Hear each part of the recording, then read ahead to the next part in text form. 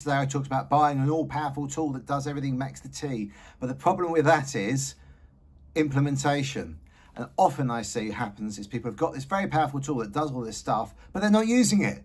Or they're using a very small part of it. Or even worse, they're using part of the tool that is not designed to do what it's being used for, because the people that wrote this software, they imagined how all the people in your industry work, and they've got a process, and your process may not be aligned to theirs. So you're going to need to adopt the process that the software uses rather than the other way around. Now, getting stuff over the line. This is always a big problem, but what I suggest with one of these big tools, so let me give you an example.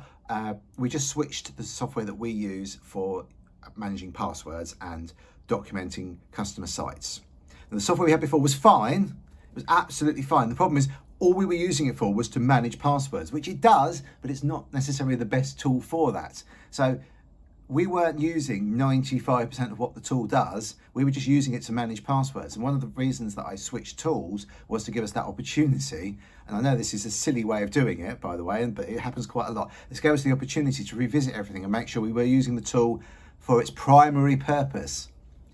When I implemented it, okay, we brought the passwords back, but then immediately we started looking at the documentation process.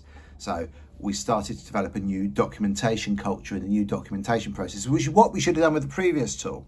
And I know this, so I don't know what I was thinking, but the big thing here is pick a part of the problem, get that part solved. As soon as you've got it working, move on to the next part of the problem until you're using 80%, 90% of what the tool does. And if you've got a tool that you've got and you're not using all the features that it has, that shows me that either the tool's not very good, and if it's the industry leader in your industry, it probably is, or you're putting up barriers because of the workflow that you've got at the moment. So it's worth reaching out to the provider of this tool, getting some more training, getting some more understanding of the process, or bringing in a consultant that specializes in that tool and really getting it over the line. Because otherwise, first of all, you're wasting money, but secondly, you're wasting the efficiency of your team, because the people that wrote this software have already made it optimized for the way that your business works.